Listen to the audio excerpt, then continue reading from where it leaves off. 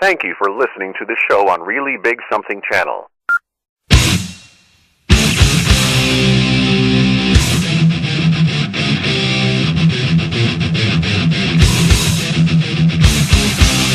Warning: the Savage Nation contains adult language, adult content, psychological nudity. Listener discretion is advised. April 13th, 2018. And now, America's most exciting radio talk show, The Savage Nation, home of borders, language, culture. And here he is, author of Liberalism is a Mental Disorder, Trump's War, and God, Faith, and Reason, Michael Savage.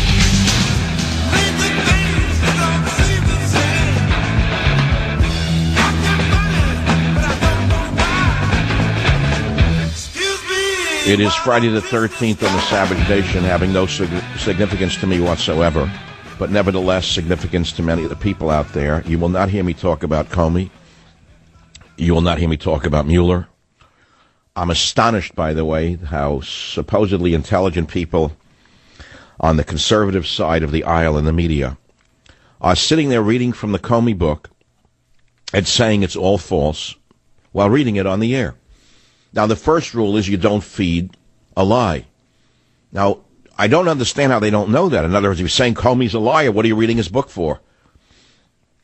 All morning, that's all you heard from the conservatives in the media. The book, the book, the book. They're probably doubles playing for the other side, trying to bring Trump down. I mean, the more you sit up there and say, how dare they say that Trump did this? We know he didn't do that. The more you know, they're probably trying to get you to think he did do it. To me, a much bigger story than Comey or the book or Mueller is war. War and peace, that's all that matters. It's one of the main reasons I backed Trump, was because he ran as a anti-war candidate, said he would get us out of foreign wars. And for a long while, it looked as though we had that kind of president, where we would forgive him his affairs, we'd forgive him his personality defects or strengths, however way you look at it. As long as he kept us out of war, we'd forgive almost anything. Then the budget came along, $1.2 trillion. I didn't forgive him for that. I said this is bigger a budget than what Hillary could have gotten away with if she was president. I voiced my opposition. I'm only a talk show host. It's one voice amongst many, but an influential voice, make no mistake about it. I have said to you before, we in the media who have a large audience, and I'm one of many who do, actually one of several who do, are sort of like a party unto ourselves. We are not elected to office, and yet we influence public opinion. And in so doing, we hope we influence policy. Well, today I'm trying to influence policy. Today I am saying do not go to war based upon nothing. Mr. Trump, you said you wouldn't just a week ago. Now, yesterday I played a soundbite from Nicholas Farage. I think that's his first name. Farage has that great booming voice, the great English voice that we used to like. And during the Brexit campaign, he was on Fox News, it seems to me, every other day, with the wall banger, could not get enough of him. All of a sudden, Farage, since he's saying don't go to war, is persona non grata at Fox News. He now joins Michael Savage in being an outcast amongst those who claim to be conservatives but are now bloodthirsty warmongers. Listen to Farage on his own show on the BBC, please. It's the same military establishment who lined up and formed a pretty big consensus over Iraq. It was about regime change. It wasn't really ever about weapons of mass destruction, and I bet Blair regrets having ever made that argument. But it was about regime change, and sure enough, we toppled Saddam Hussein. And then we go fast forward a few years to Libya, where virtually nobody in the House of Commons stood up and thought it was a bad idea to attack Libya. I have to say, I thought it was one of the worst foreign policy decisions we've ever taken. Undoubtedly, we have made Libya a far worse place than it was under Gaddafi and Iraq. I mean, how many hundreds of thousands of people have died in Iraq, and there's still no real proper settlement in sight. Pardon me. And now we come to Syria. The same exact formula holds. Remember what happened in Libya when we overthrew Gaddafi. He begged for his life, and Hillary said, we came, we saw, He died. Libya, Gaddafi, terrible man, a strong man, a dictator, human atrocities. But he said, if you kill me, Libya will descend into a nation state like that of Somalia, where warlords run various sections of Libya. Well, that's what happened. It didn't stop Hillary from killing him. She boasted that she had him killed. So before you sit there in the comfort of your own home and say we should kill Assad, think through the consequences of that, even if Russia were not drawn in. What would happen in Syria if Assad was killed? Who would take over? Do you want ISIS to take over? Think about what you're saying. What do you want to happen in Syria? You people crazy? Okay, I'm going to take your calls right now. I want to hear what you have to say. It's Open Mic to Mike Friday. WABC, Jerry, line 9. Go ahead, please. Yeah, Mr. Savage, I was inspired last month to call you in your defense of the elephant, and this is very stirring what you're saying about the war. It's much more important even than that. But my point is, I think Mattis and Kelly, with their military background and their vow to protect the Constitution, there's a potential for them to stand up to Trump and even a coup. Because I think what's going on in the Southern District of New York with Trump, to his business, his family, I think it's an existential threat because of the way he conducted business for the last 25 years. And I think Trump will have nothing to lose but to distract the country with the war. And I think it's Kelly and Mattis will stand in the way. The rest of maybe Pompeo, the rest of that cabinet are quizzes. No, before you go, I would assume you are a Democrat. I'm a Democrat, and I get teased by my liberal friends for calling you and for listening to you. But I absolutely respect you, and I enjoy your shows. Well, hold on. Let's think about this for a minute, irrespective of whether you respect or enjoy me. You're a liberal, so it doesn't mean you're wrong in your opinions. Right. Especially in this case, nor am I necessarily wrong because I'm not a liberal. Well, let's think about what you just said. It seems to me you're against the war. Are you liberal? Are your other progressive friends against the war? No. They really don't think things through. I mean, the problem with 90% of the world doesn't think things through. They don't. Why have we heard no voices saying don't go to war in Syria from the left? Why is the left so silent on the potential for war with Syria and Russia? I mean, you say they don't think. Let's you and I think this through together. Why is Pelosi a woman who can't shut up? Why is Feinstein not saying a word? The entire Democrat leadership is silent. Why is that? Because they fear being a label hung on them that they are weak on national defense. So you don't think it's because they want Trump to stumble into a foreign war that he cannot get out of?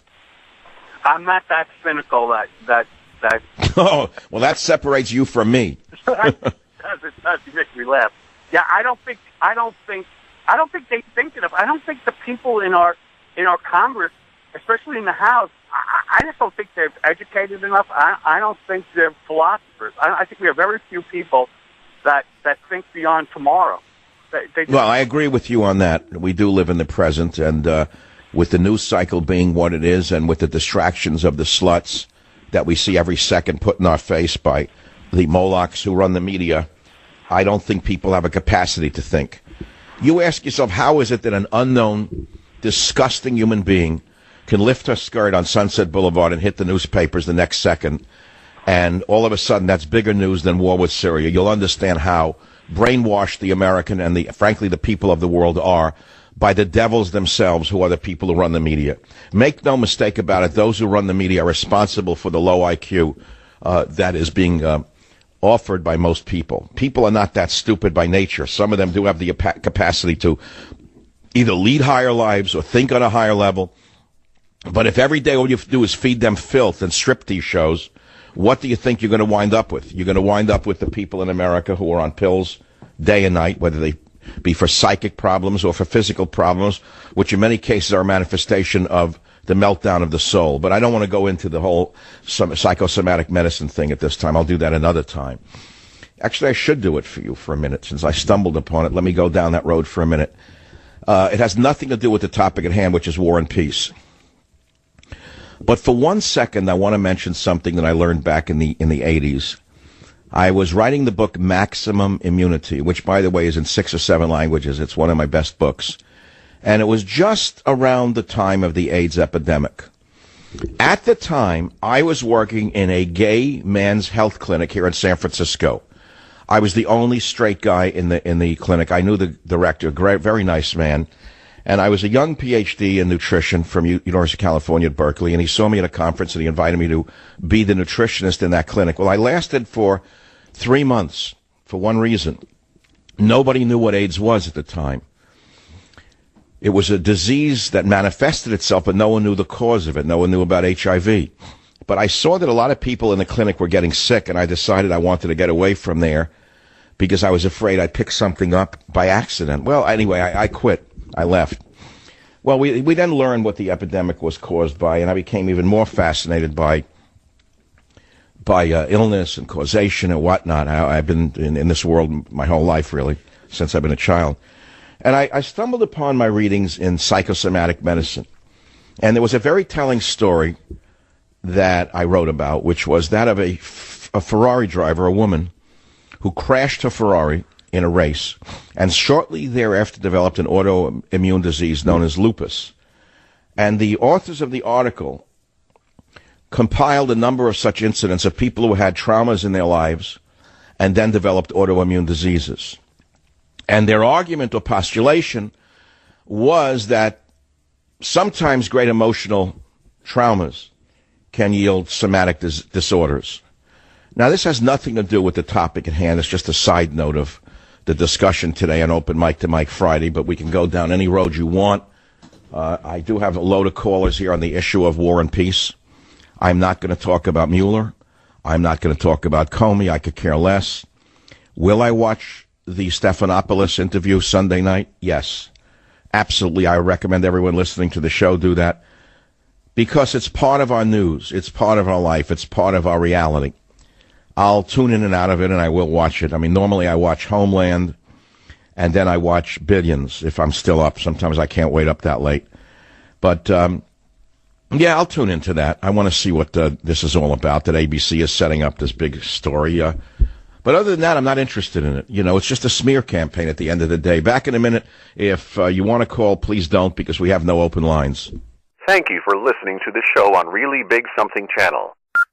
April 13th, 2018.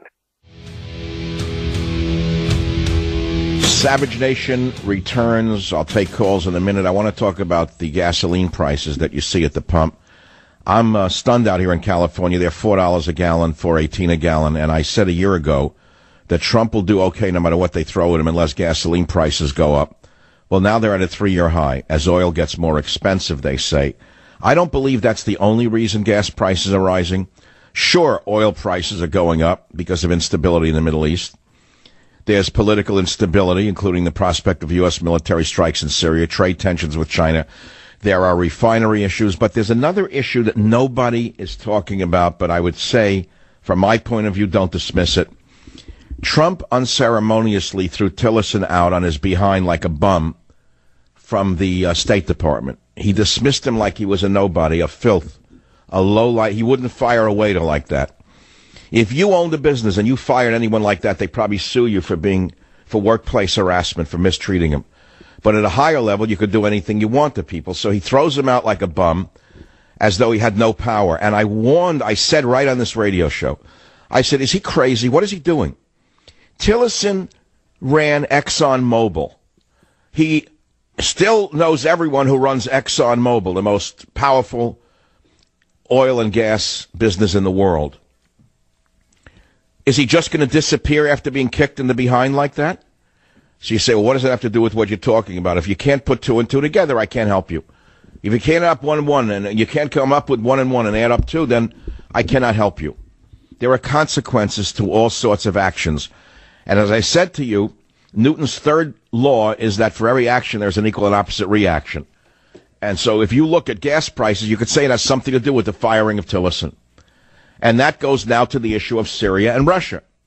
If we stick our noses into that situation right now, there will be an equal and opposite reaction from Russia. Syria has no power over us whatsoever. But Russia has a little bit of power over us that you don't know about. There's a very rare item that Russia exports to us that is necessary for the building of Boeing jets. Do you know what the name of it is? Because I do. And Russia has threatened a trade war with us on this one particular element that they have lots of and we have none of. And that is the titanium exports that are crucial for U.S. aircraft maker Boeing. Russian lawmakers have just submitted a wide-ranging bill that could freeze crucial exports to the United States. So don't sit here and assume that we have all the cards in this game. We don't. The bill was drafted by leading Russian lawmakers at the State Duma in response to the new round of U.S. sanctions that were announced just last week. And it proposes a wide range of restrictions for U.S. businesses in Russia and for cooperation with the U.S. And among them, which I dug up for you, is a proposal to ban or restrict titanium exports that are crucial for U.S. aircraft maker Boeing. Duma Speaker Volodin told Russian news agencies that the bill could be put up for vote next week. So there are unintended consequences of war. And more measured people, such as General Mattis, General Kelly, know that. And less intelligent people who are abrupt and simply, well, let's leave it at that. Less intelligent people who are abrupt and career-minded, such as Bolton and Haley, are rushing us to war. Now, I know many of you are dying to get on the show and to sound off on this Open Mic to Mike Friday about possibilities with war. I especially invite liberals to call and tell me what you think. Why is it that the liberal establishment is so silent as Trump and his minions bang the war drums? Is it because they want him to go to war, so he'd get enmeshed in a war that we cannot win? Do they actually want body bags to come back? Why have we heard nothing from Pelosi and Feinstein or the entire establishment on the left? Join the Savage Nation. Call now, 855-400-SAVAGE.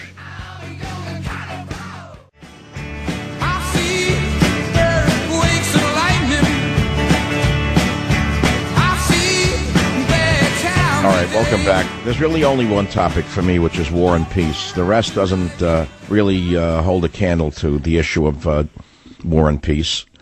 And so think this through. If we intervene in Syria and we get rid of this Arab nationalist because we think it's the right thing to do, and we don't want to let a bully get away with gassing innocent little children, even though we don't know if he actually did it, what are the long-term consequences? We don't know if Assad used these chemical weapons. We don't know why he would have done so, given that he's won the war and he's just mopping up in one last little city. But let's say the world says, oh, get rid of him. Well, what will follow? Chaos, as in Libya, instability, as in Libya. Maybe ISIS will rejoin and build their forces again in Syria. And who would you blame at that time? Blame nobody. And so I would caution the president to not listen to the war party that has taken over his administration in as short as a 1-week period.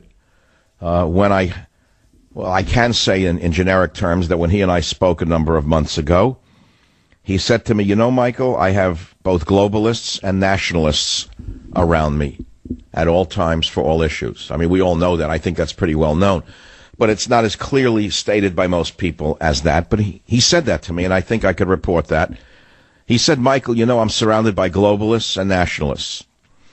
Well, he knows which side I'm on. He knows I wrote Trump's War, and he knows the radio show from time to time. I'm certainly not interested in the globalist position. I'm interested in America first, the nationalist position. And so, therefore, I'm totally against intervention in Syria. And he would have been so as well. And he was until last week.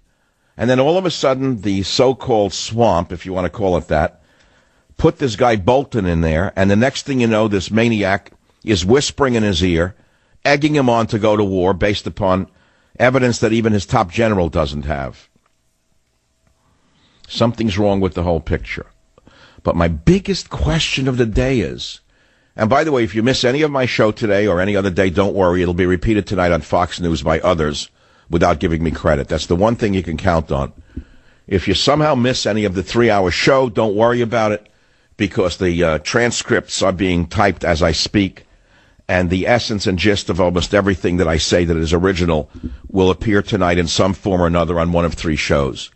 And so, as Lao Tzu said, it doesn't matter who rips you off, basically, in your ideas, as long as your ideas are spoken of. So thank you very much at Fox News for having my ideas on without having me on. It's easier for me that way. KLIF in Dallas. Jake, line 4, you're on the Savage Nation. What's on your mind? Hi. I identify as kind of a classical liberal, and following the news in Syria lately, I am just wondering where the Democrats were when Obama was doing drone strikes and intervention and killing civilians all in the Middle East, and now that Trump wants to send, although I agree that there should be that he should be getting authority from Congress to do this. I'm just wondering, why weren't they talking about this when Obama was president, and now as Trump wants to send something over to Syria, now they're all about limiting the powers of the president? Well, I don't even hear the liberals limiting the power of the president. Have any liberals said that? I think that, the liberals and the Democrats, the more corporatist Democrats, are coming out and saying that Trump needs to get authority from Congress. Congress needs to pass to make... No, but Jake, you are a liberal, so you would say the most powerful liberals in the country would have to be Feinstein and Pelosi, wouldn't you say, more or less? I would say so. I would say I identify more as a classical liberal in the classical sense. So no, I understand. Like, let's say a JFK type of liberal. Okay, I understand that. I don't think he's necessary. But I have not heard one voice on the liberal side saying don't go to war. It seems they want him to go to war. That's the point I'm making, Jake, and I thank you for observing the same thing. Roger on KSFO, line 6. Please make it quick. Go ahead, please. Yes, I'm saying the same thing. Don't go to war. Also, I am a liberal. And by the way, what sparked this conversation was a Marine they called Camp Pendleton. I was also a Marine before I went to Okinawa. He might check out the Marine Corps League when he gets out of the Marine Corps. Also, what we're dealing with Trump in this whole issue could be a diversion. Get the heat off him. Get people thinking about something else besides what's going on in Washington as far as Mueller goes. So you're saying from the stain on the purple dress to the red badge of courage, as I put it more eloquently about an hour ago. Yeah, it's. Oh, let's take that cynical point of view that you just expressed. He wouldn't be the first president to have done so, would he? Well, as far as Nixon. Well, didn't your boy Bill Clinton do the same thing? Bill Clinton didn't go into the war like this. No, wait a minute. Hold on. When the stain on the purple dress was exhibited on the Drudge Report for the world to see, didn't Bill Clinton go to war almost the next day? I think equating the both is ridiculous. You know, you and I are different. You believe in Theodore Roosevelt. I believe in Franklin Roosevelt. What's happening in Washington now is Well, you didn't answer the question. I don't care who you believe in. Bill Clinton did a wag-the-dog war several times when he got in trouble. He did it after the purple dress. He also launched an illegitimate war crime against the Serbian people. He bombed every bridge on the Danube River on the pretext of the Serbians doing something evil to the Kosovo Muslims. He then allowed the UN to steal 1/3 of Serbia's territory, which had been part of Serbia since the 1300s. So don't tell me no president has ever done that before. Well, listen, when Clinton went into... All right, it's enough already. That's all. That's Red Roger from San Francisco. I'm glad to hear you're alive and well. He used to call on my show when I was a local host on KSFO. We're talking about 20 years ago. I didn't know Red Roger was alive. I'm glad to see that liberals, despite their lascivious behavior, live this long. It's very nice to see that he's still alive. You know, I was in San Francisco, just as a side note, the city I love to hate, last night. I don't go over the bridge as much as I used to, even though I have a place there. And I came out of the restaurant, and there was a woman walking with a mattress on her back. I couldn't believe what I was seeing. You think it's a joke? So I immediately took a picture of it and put it up on my Twitter feed. It's on michaelsavage.com. Not to laugh at her, but to ask yourself, what kind of sane, society permits a deranged human being to walk around in the streets with a mattress on her back? This is outside of a restaurant in the city of San Francisco. Take a look at the picture. And I say, on one hand, you have to have compassion for the woman. She's crazy. She has no help, obviously. She needs help. Well, what kind of society are we living in that people can wander around in a city like this or defecate lifting a skirt and relieving themselves in the gutter with impunity because the police can't arrest her? Believe me, we don't want to live like this, but this is what liberalism has wrought on a domestic level. WAAV in North Carolina. Ari on line 8. Go ahead, please. Ari, you're on the Savage Nation. Please talk. All right. Going once, Jim. Going twice. It was a good call by what I could see. He's not there, though. He said the Russian army is not strong enough to fight us. I guess Ari never heard about airplanes and nuclear weapons. I don't know what does he still think we're living in the Civil War era? Russian army not strong enough to go up against ours. You hear this? That's a real genius statement. They are known to have submarines that are as good as ours, if not better, which can launch thermonuclear weapons to any part of the world with the press of a few computer codes. So we're not playing now with a civil war where armies line up against each other with muskets. No, war is not the answer in this case. There are many other answers. And by the way, where's the useless UN? Does anyone ask themselves, where the heck is the useless United Nations? You know, the UN was never useful. It was a good idea that never worked. And I will say again what I've said on this program before, not in jest. Trump was right when he attacked the UN a few weeks ago. And I will say it again. They're basically in it only for their own advancement. Most of the diplomats are here only for their own pleasure, and not for the safety of the elephants nor the safety of the populations of the earth. By every definition, the United Nations should be in Syria, not the United States. By any analysis, the UN should be sending a force to Syria to protect the poor innocent people in this pocket that was allegedly hit with a gas attack. And while they are there, they should have a proper inspection as to, A, what chemical was used and who launched it, who actually had the canisters of that gas prior to the incident. The UN should be doing this, not the United States. The whole thing is upside down. It makes no sense to me. It is a wag the dog scenario to have come upon us so quickly. It's a big mess, and it shouldn't happen. WTMA in South Carolina 9. John, go ahead. You're on the air. Michael Savage. Go ahead. You're on the radio. This is John Byron. I have one thing to say. It's mad. Mutually assured destruction. I don't think the Russians are insane. I don't think Putin's insane. I don't think Trump's insane. I think they all know what they're risking. And I believe in the goodness of mankind. Wait, hold on. You may believe that, but there is the largest naval flotilla of ours that is steaming in the Mediterranean right now towards Syria. You do know that. Yeah, I know, but it's posturing. Well, okay, wait. And Trump also authorized the launch of the Doomsday plane, which can stay aloft for days on end, which has nuclear codes in that airplane. Why would he do a thing like that if he's not playing nuclear brinksmanship? It's the same reason why he did the thing with Kim, Rocket Man. It's the same thing because he's a master manipulator. I mean, no matter what you think. So, in other words, you're saying he's faking it. He's not really going to go to war. They don't know that. That's the beauty of it. This guy, he plays it. He's the ultimate. Yeah, what the heck? Just send a couple of warships that cost a couple of $100 million to float around. We have the money to burn, don't we?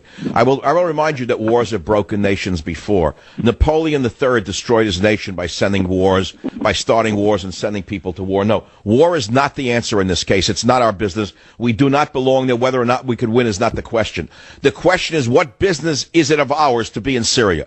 And number two, this man, Donald Trump, ran as an anti-war president, a man of peace. That's why I pushed so hard for him. I am a man who wants peace, not war. If you want war and you want to sit there and scream it's good to have war, I'm not that person. Back in a minute. Be here or be nowhere. Join the Savage Nation. Call now, 855-400-SAVAGE, 855-400-7282. Savage. The Savage Nation is sponsored by Swiss America, the only company I trust with my financial future. Call 800-289-2646 or SwissAmerica.com. Thank you for listening to the show on Really Big Something Channel. Hey, taxes. The season is here and identity thieves are at it yet again. According to the IRS, they're filing fake tax returns now with stolen personal information like Social Security numbers. We're all vulnerable, but the Southwest is a particularly bad region for identity theft, with Nevada being the worst state. And while tax fraud is top of the mind right now, I want you to remember that identity theft can affect Americans year-round. There's so many threats in today's connected world. It just takes one weak link for criminals to get in. Good thing new LifeLock identity theft protection now adds the power of Norton Security to help protect you against threats to your identity and your devices that you can't easily see or fix on your own. Don't assume that it can't happen to you. And by the way, if you do get a problem, they have agents who will work to fix it. No one can stop every cyber threat. No one can prevent all identity theft or monitor transactions at all businesses. But I will tell you this. New LifeLock with Norton Security is able to uncover threats you might otherwise miss. So please go to LifeLock.com or call 1-800-LifeLock, code SAVAGE, for an additional 10% off your first year. If you're going to do this, you use that code SAVAGE. That's 1-800-LifeLock, code SAVAGE, and you're going to get another 10% off. KUGN, Roger, line 5. Let's go to the 30-second or less calls now. Fire away. Okay, Michael. I think that we're overlooking the obvious culprit in the Middle East there. This whole thing, I think, is about, because when you were going through who was going to take how much of Syria, and you had it in 4 parts, the country that's been looking for the Balkanization of Syria forever has been Israel, and they've already taken the Golan Heights, and I think they're the people that we need to look at for the false flag on the gas attack. So you're blaming the Israelis for gassing the children? I don't know if anybody gassed any children or not, Michael. What I'm saying is that we've left Israel out of the equation, and they are the No, well, you're right. I'm not going to give another nation a pass. They're the most powerful military force in the Middle East. How can we ignore them? Right. All right, you raise a good point. Truthfully, it was a blank in my mind. So now we add that to the mix. Very nice. Very nice thought. Very nice thought that they could be involved. That's terrific. WABC Mark, line 9, fire away. You're on the Savage Nation.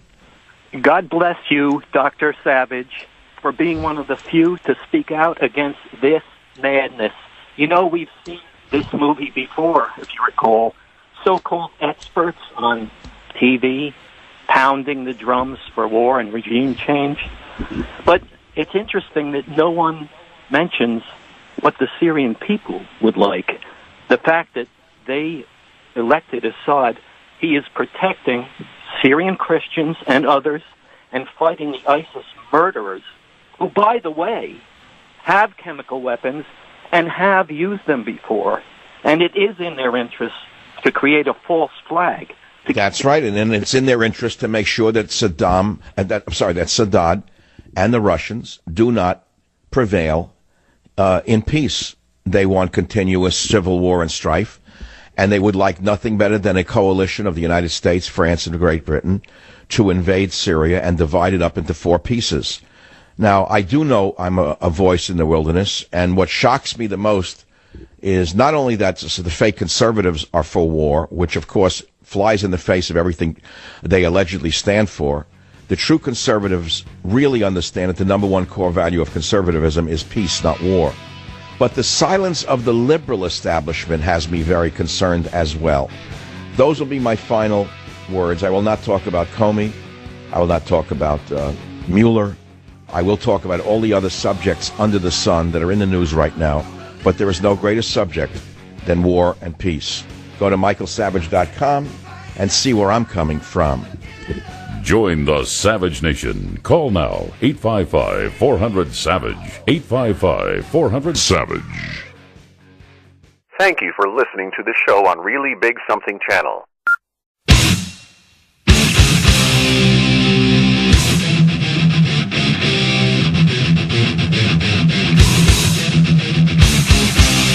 Warning: the Savage Nation contains adult language, adult content, psychological nudity. Listener discretion is advised.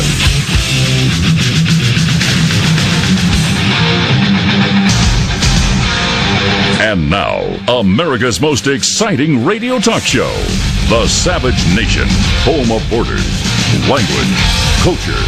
And here he is, author of Liberalism is a Mental Disorder, Trump's War, and God, Faith, and Reason, Michael Savage. Welcome back to the Savage Nation, hour number 3. This is Open Mic to Mike Friday. We're talking about the military trying to constrain Trump's war talk. Trump is obviously being pushed into a no-win war in Syria with Russia. And why do you think the U.S. is racing to war? Did you know that an armada of U.S. warships is steaming toward the Middle East? 12 warships, the largest U.S. strike force since the 2003 Iraq War, a war that was triggered by John Bolton's false talk of weapons of mass destruction. The same man now is pushing Trump as he mulls an attack on Syria in retaliation for an alleged chemical attack by Assad on civilians. Russia today says that they have proof that the British staged the attack to stage a war, to conduct a war, to divide Syria. Did you know that at the same time a nuclear doomsday plane has gone airborne as the war fears grow? That's right. The Boeing E-4B Night Watch, known as the Doomsday Plane, went airborne minutes after Donald Trump vowed to strike Syria early this week. The Night Watch is an airborne nuclear war command center that allows the U.S. government to maintain a chain of command in the event of a nuclear war. Do you realize what we are doing here? The military is trying to constrain Trump's war talk. The men who have seen blood do not want blood. The men who have not seen blood seem to want blood. Russia, at the same time, threatens to freeze cooperation with the United States, to restrict the export of titanium, which they have, which is crucial for U.S. aircraft maker Boeing. Do not think that this is going to end smoothly or softly. We must continue to lobby Trump to come to his senses and to not permit John Bolton and the neocons who have wrested power from him and are misadvising him, leading him to war. We do not know who launched that gas attack. And yet, as we speak, an E-4E Skyhawk is in the air. The nuclear doomsday plane is airborne. As we speak, an armada larger than that since 2003 is steaming its way toward Syria. As we speak, psychotics are calling for war, while the chief general, the number one general, head of all the military, Mattis, a man who's actually been in combat, a man who's seen blood, tasted blood, shed blood, is saying, slow down. Listen to clip 6. This is General Mattis himself. There have been a number of these attacks. In many cases, you know, we don't have troops. We're not engaged on the ground there. So I cannot tell you that we had evidence, even though we certainly had a lot of media and social media indicators that either chlorine or sarin were used. And then he goes on to say that he's afraid that this war can get out of control. Now, that doesn't stop Bolton, who's never fired a shot. He was a draft dodger while others died in his place. He doesn't care about how many of your sons might die because it'll embolden him and it will make him much bigger. He won't need platform shoes on his soul if there's a war. Do you realize how much bigger he would be if there was an actual war that went on for many months? Do you realize how much bigger Nikki Haley would be giving those big speeches at the UN? Do you know how much bigger Lindsey Graham would be providing all those armaments manufacturers by delivering to them contracts that they can only dream of? Here is the general himself, Mattis, saying what needs to be said in 2005 on the Savage Nation. There's a tactical concern that innocent people, we don't add any civilian deaths and do everything humanly possible to avoid that. We're trying to stop the murder of innocent people.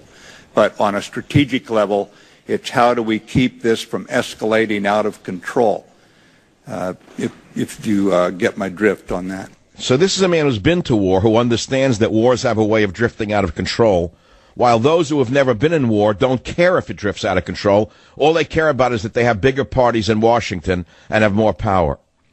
Jeremiah, in the Bible, wrote, "If a man put away his wife and she go from him, and become another man's, may he return unto her again. Will not that land be greatly polluted? But thou hast played the harlot with many lovers, and wouldst thou yet return to me, said the Lord?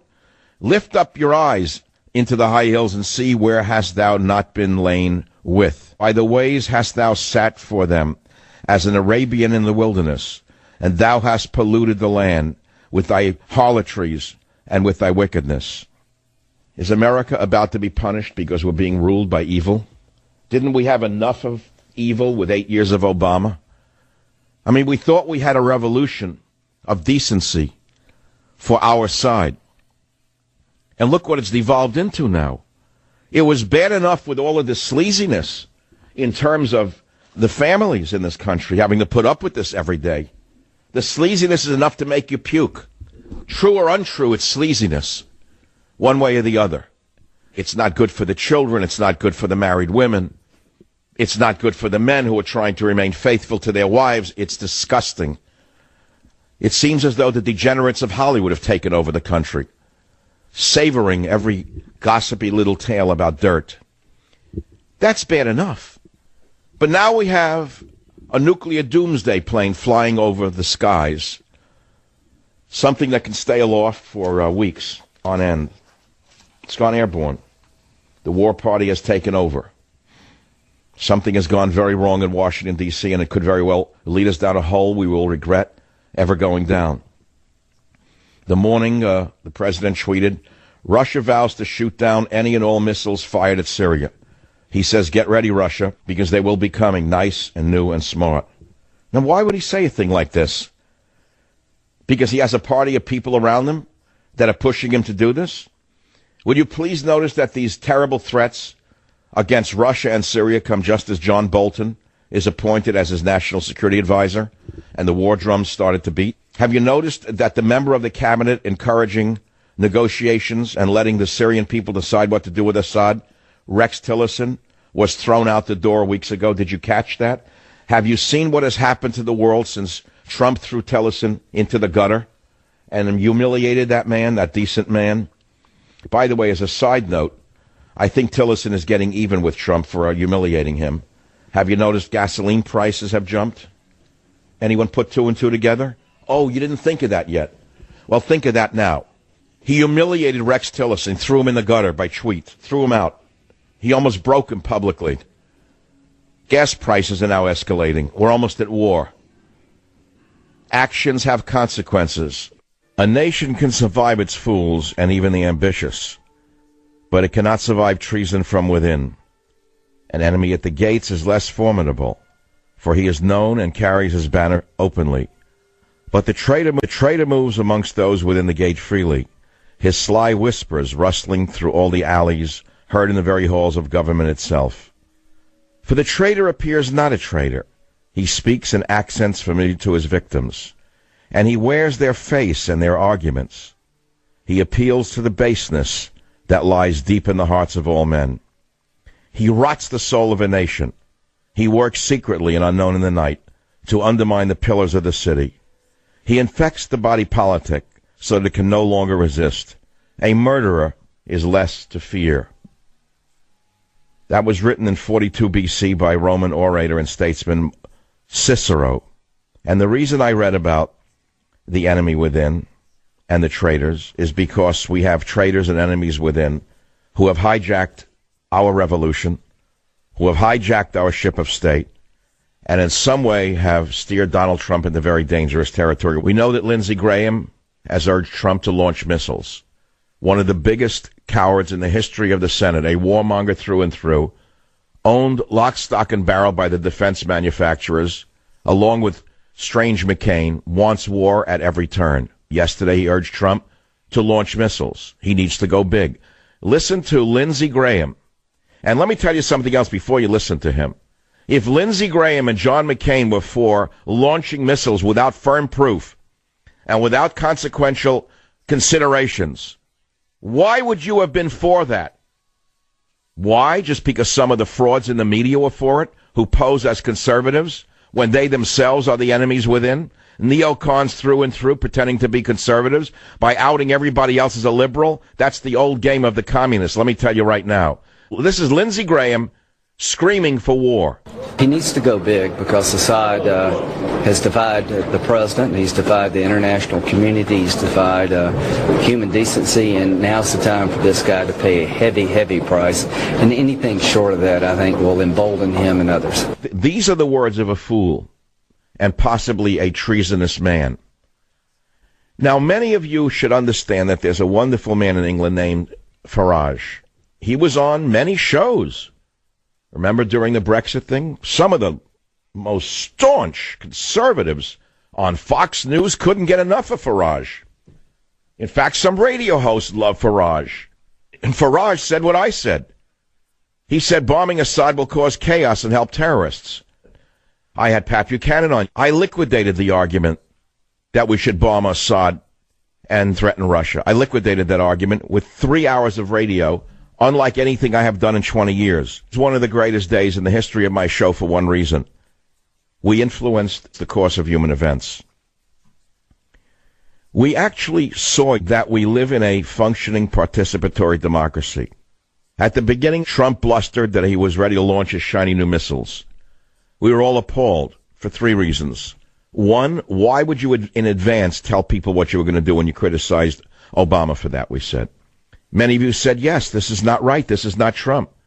Then we said, why would you threaten Russia, which is a nominal nuclear power? You do understand that they're not North Korea.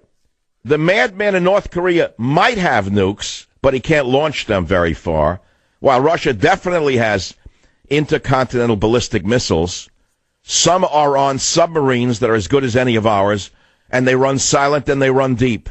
You don't provoke a nuclear war simply because Lindsey Graham urges you to do so, we said.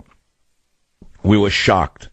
And I appealed to you with 3 hours of radio along the lines of something I had not done since, well, I don't know, a couple of times we've changed the course of human events. With Bush, it was something to do with port security, if you remember that one. Many of you would like to conveniently forget the influence that this show has. It may not be the biggest show, but it may be one of the most influential shows in terms of thought. What do we gain by a war in Syria? Nothing. What do we lose by a war in Syria, possibly engaging Russia? Possibly everything. Why are we talking about war at this time? Is it another wag the dog scenario?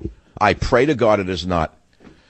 But, you know, I know history well enough to know, going back to Bill Clinton, but well before him, that during the purple dress phenomenon, what did Clinton do? He launched missiles, didn't he? He launched missiles to get the headlines changed from the stain on the purple dress to the red badge of courage. I'll be right back. Join the Savage Nation. Call now, 855-400-SAVAGE, 855-400-7282. Savage. Thank you for listening to the show on Really Big Something Channel. Here's the question of the day. Why do you think Trump and all the president's men are racing to war in Syria? Even the military under General Mattis is saying, slow down, we have to think of the consequences. But that doesn't stop John Bolton, Nikki Haley, another bloodthirsty maniac in my estimation, for screaming for blood. It seems to me as an outsider looking in that those who have tasted blood and shed the blood of others, meaning the generals, are reluctant to go to war, while those who have never tasted blood nor shed the blood of others are very anxious to go to war. It seems to me that in a short period of time, from 1 week ago, when Trump said we're getting out of Syria, to now we're on the brink of nuclear war, some maniacs have grabbed the ship of state, the steering wheel of the ship of state, and steering us into an iceberg. As I say to you, we were very glad to wake up yesterday and see that Trump backed down for a moment. But at the end of the day, I'm not so sure he backed down. I think he may be waiting for a bigger strike than we considered he might conduct. I ask you, the people of the Savage Nation, why do you think the U.S. is racing to war, while the military itself is trying to constrain Trump's war talk? The war party has taken over. They have hijacked this administration from the American people who elected Donald Trump. Make no mistake about it, no matter what you may be hearing right now, Trump ran as an anti-war candidate, which is one of the reasons I backed him for a year straight. He didn't run as a warmonger. He ran as a man who wanted to get us out of the Middle East, as a man who wouldn't engage us in the Middle East, a man who would be America first. Didn't he? Isn't that what you voted for him for? Those are the reasons you voted for him. Oh, and the wall. I forgot the wall, the invisible wall. It's not there. So we wake up, we have no wall. We have a budget that's bigger than that of Obama. And now we're going to war, and we're still supposed to sit here like schmucks and scream, MAGA. Put your hat on. You may as well put your hat on backwards if that's what you think is happening. There's another thing I want to talk about. Michael Cohen, his lawyer, record seized, came out that he orchestrated a $1.6 million payout to bury an affair for an RNC donor. That's right, he has a new one now. President Trump's lawyer, Michael Cohen, arranged a $1.6 million non-disclosure agreement between a prominent GOP donor who was close pals with the commander-in-chief and former Playboy model he impregnated, a new report said Friday. Wall Street Journal just reported that the payoff that Cohen arranged was for Elliot Broidy, a deputy finance chairman of the Republican National Committee. Broidy, an L.A.-based venture capitalist, works on the RNC's fundraising efforts, with Cohen, a national deputy finance chairman. Are you saying it's fake news? Well, hold your tongue. Because Broidy himself just said, I acknowledge I had a consensual relationship with a Playboy bunny, in a statement provided to the Wall Street Journal by a spokesman. He continued, at the end of our relationship, this woman shared with me that she was pregnant. She alone decided that she did not want to continue with the pregnancy, and I offered to help her financially during this difficult period. This guy, Broidy, was a vice chairman for the Team Trump campaign's joint fund with the GOP during the 2016 campaign, raising over $108 million. He personally gave more than $160,000 last year to the RNC, according to the Wall Street Journal. Since Trump's inauguration, this man has been a regular visitor to the White House and Mar-a-Lago, Trump's summer White House. Strangely enough, this guy Broidy, who is based in L.A., helped organize a fundraiser in Beverly Hills, Beverly Park, actually, last month, that Trump attended, the people said. Now I know why I wasn't invited. So, my friends, here is the negotiated hush NDA, and I'm starting to get very queasy about the whole picture. You know, those of us on the conservative side of the aisle, or the independent side of the aisle, we like to believe that we're on the right side. We're on the family values side. We're on the patriot side. And yet here's another sleazy story coming not from the other side, but from this side. Join the Savage Nation. Call now, 855-400. Well, welcome back to the Savage Nation. We have open lines at 855-407-2882. Open mic to Mike Friday. Armada of U.S. warships steaming toward the Middle East. Trump weighs rejoining TPP. That's an amazing story. Trump actually said he'd like to rejoin the Trans-Pacific Partnership. Remember, he lobbied against it? Well, he changed on that one as well the next day with another tweet. And it's getting, I can't keep up with it anymore. First, we're going to war, and the nice new shiny missiles are flying. Then he didn't say when they'd be flying, if they'd be flying. Then he wants to rejoin TPP after talking to someone who told him to rejoin it. Then he said, I didn't mean it. I'm not rejoining it. I'm sorry, it's very hard for us to follow this. We the people. We little people can only follow so much. There's only so much chaos we can take. If you care to chime in on the country as it is today and the fact that we're on the brink of war, or are we, the phone number is 855-400-7282, or go to michaelsavage.com, or follow me on Twitter. KSFO, Tom, line 7, you're up on the air. What's on your mind? Yeah, Mike, I don't think the Syrian leadership attacked their own people with chemical weapons. I personally think it was the Persian Empire, Iran, through their Hezbollah or Hamas network. They have the most to gain if gas goes to $5 a gallon. This morning, CBS News announced on your local news channel that gas prices are going to reach $5 a gallon. Yeah, they jumped all of a sudden. They were over $4 where I live out here. I know that. Yeah, when gas prices, I believe, was $5 a gallon in the Bay Area, I took pictures of. Yeah, but Saudi Arabia also benefits from increased gas prices, don't they? Yeah, you're right, Mike, and that's why I think the Persian Empire, Iran, is moving to cause these false flag attacks, and that will restore their economy. No, and probably your argument's saying it was done by Iran to raise gas prices, and I'm saying they're not the only ones to benefit from increased oil prices and or gas prices. So too for Saudi Arabia. So you could equally blame Saudi Arabia for this attack, couldn't you? No, because the Muslim differences between Saudi Arabia and Iran wants to gain control of that whole region of the world and unite the Catholic Church and the Muslim nation. That's the New World Order goal, and I think with them threatening Trump's family, that's why he's trying to protect his own family and play along with the New World Order group. Wait, who's threatening Trump's family? Oh, when I read that Ivanka's and his family, his son-in-law's helicopter lost the tail rotor in New York, and there was no, it was kind of mysterious what they said in the report, and I think, but why would you lay that on the Iranians? How do we know who did that, or that it wasn't just an accident? Well, I don't know, Mike. I mean, you're pretty good at analytical stuff. I like listening to your show because you do remind me of my granduncle who fought in World War II and liberated the Jews from the concentration camp and warned us as children of how these events occur and what can happen. That's why we don't actually. You see, look, this is the fog of war, and this is the fog of a pre-war. We don't know who's doing what. All we know is one thing for sure. Trump ran as an anti-war candidate, and as near as a week ago Wednesday, he was anti-war, saying we're pulling troops out of Syria. We must never forget that. All of a sudden, in comes the mustachio, Bolton, who was known to deceive Bush with the story about weapons of mass destruction and launched that horrendous mistake. And now he's there, and now we're on the verge of another war. I would say that there are secret forces around Trump right now that weren't there as near as 10 days ago. So I don't know that we have to blame Iran for this. We can blame our own inner circles, who are also, not above the law and not above war. Tom, what is I got to ask you from your accent, I can't tell. What is your ethnic background? I'm from Hawaii. So, you're Polynesian or Filipino-Polynesian? Yeah, Polynesian, from the state of Hawaii.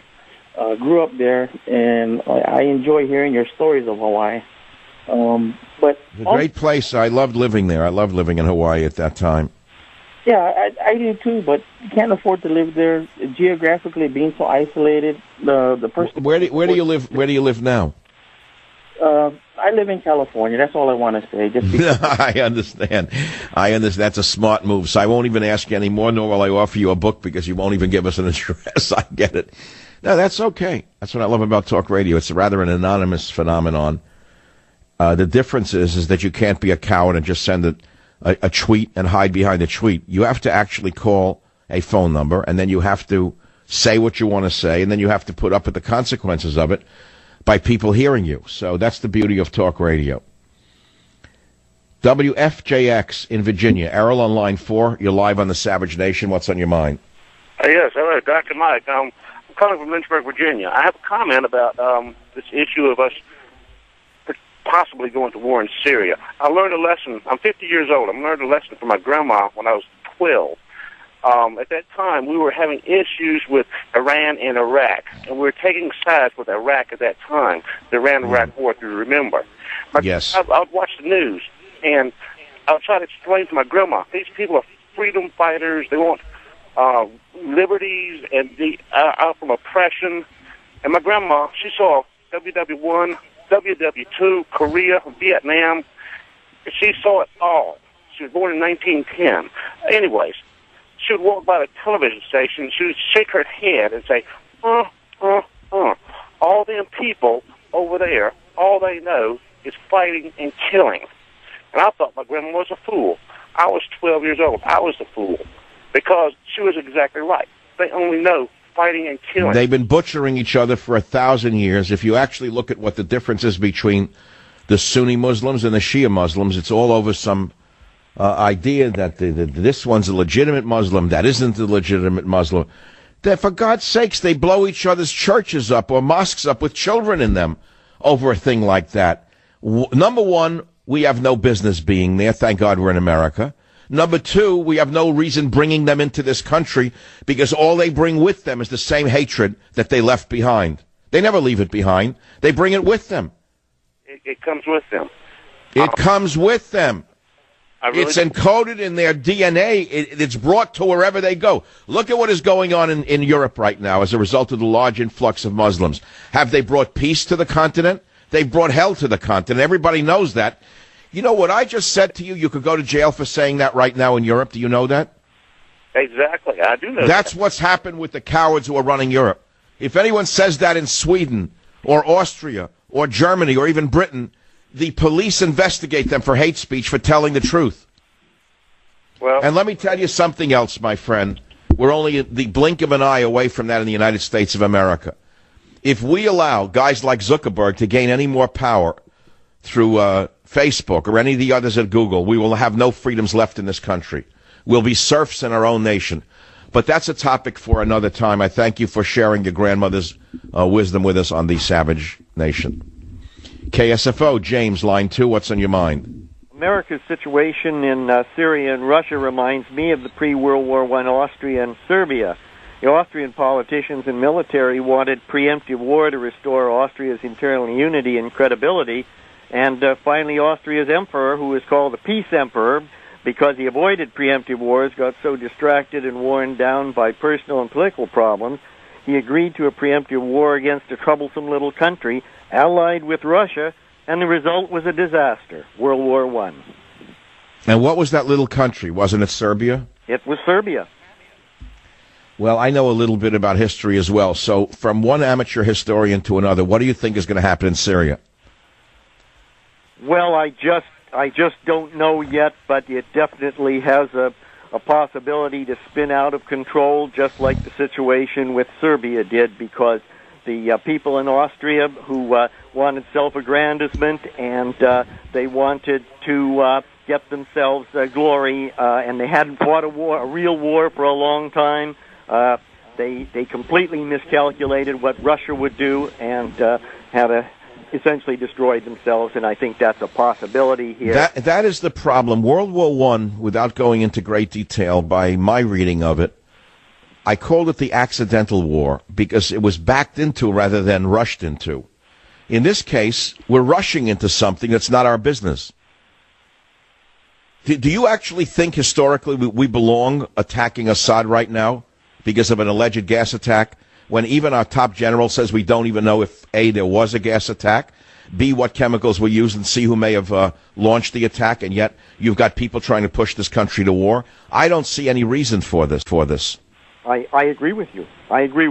And it's a tremendous potential for miscalculation. You know, but here I am. I've spent 3 days now this week trying to stop the war drums from beating, literally trying to beat some sense into the administration, hoping that some of this filters up to the powers that be.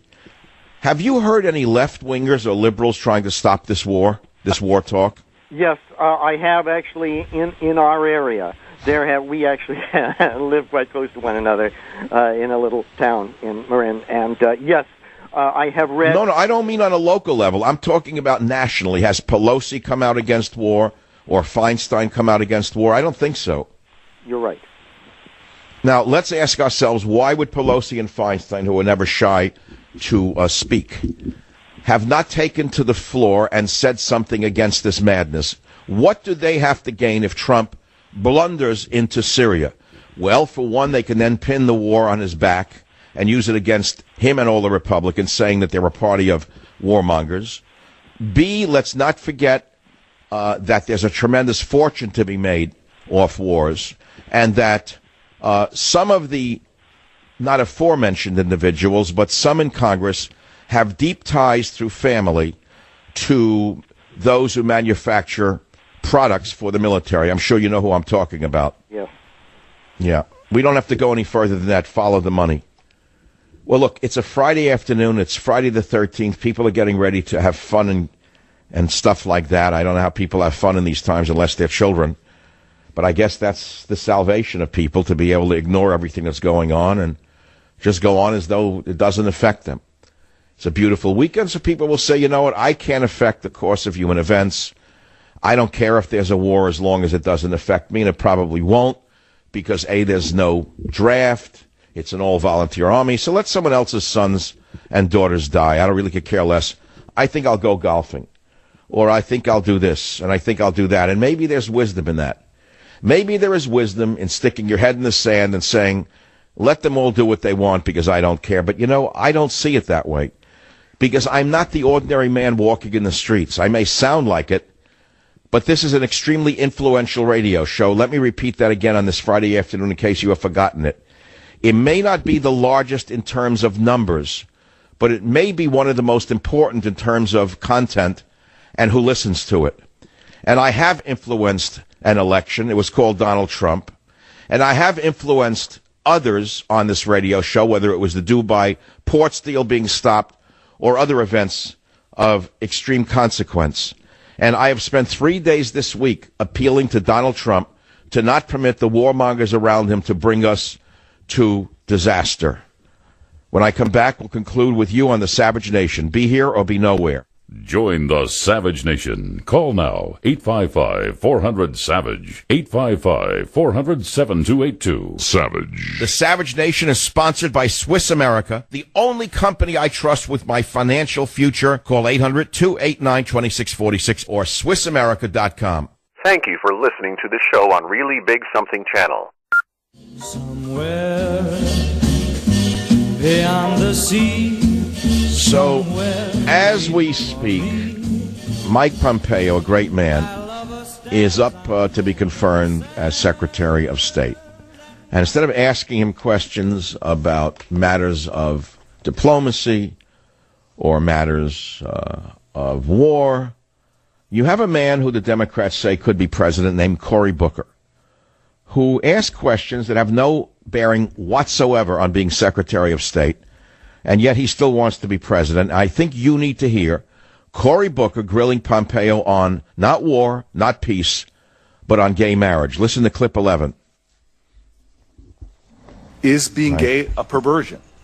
Senator, I when I was a politician, I had a very clear view on whether it was appropriate for two same-sex persons to marry. I stand by that. So you do not believe it's appropriate for two gay people to marry? Senator, I continue to hold that view. Okay, go on to that. Now, wait, you got to understand who Cory Booker is. He's being upheld on a pedestal now as some great intellect of the Democrat Party who could be president, which is ludicrous. But here he is now showing himself to be mentally unfit to even be what he is. Listen to 12. Do you believe that gay sex is a perversion? Yes or no? Senator, if I can, yes or no, sir. Do you believe that gay sex is a perversion? Because that's what you said here in one of your speeches. Yes or no? Do you believe gay sex is a perversion? Senator, I'm going to give you the same answer I just gave you previously. My respect for every individual, regardless of their sexual orientation, is the same. Cory Booker just threw his chances out the window because, to be honest with you, Pompeo is not running to be the head of gay rights or of gay issues in the United States of America. Pompeo is running to be Secretary of State. Now, aside from the fact that Cory Booker made a fool of himself by bringing in an issue that has nothing to do with the Secretary of State's position, it is worrisome right now because he could be the first Secretary of State nominee to receive an unfavorable committee vote since 1925. I was reading this recently, and I was shocked to find that even Republican Rand Paul told CNN that the hearing on Pompeo really solidified his opposition to Pompeo. Further, Democratic Senators Tim Kaine and Jean Shaheen, who sit on the panel and back Pompeo's nomination to be CIA director, say they are harboring concerns with the nominee, a clear signal that they may vote against him. It's very worrisome because Pompeo is a fine American, a loyal American, a brave American, who should be easily confirmed if we were not living in insane times. But again, before the show comes to an end, the big topics are not politics as usual, but war and peace in the United States of America and in the world. I stand totally opposed to any furtherance of our involvement in the Middle East at this time. I also stand by Donald Trump's desire to withdraw us from the Middle East, as stated by him as near as 10 days ago. He was turned 180 by some forces of evil inside his own inner circle. And as far as the gas attack, the head general, Mattis, says, A, we don't know who did it, and B, he's afraid of the consequences of a war. Isn't it odd that he is the most liberal of all of them? Thank you for listening to the show on Really Big Something Channel.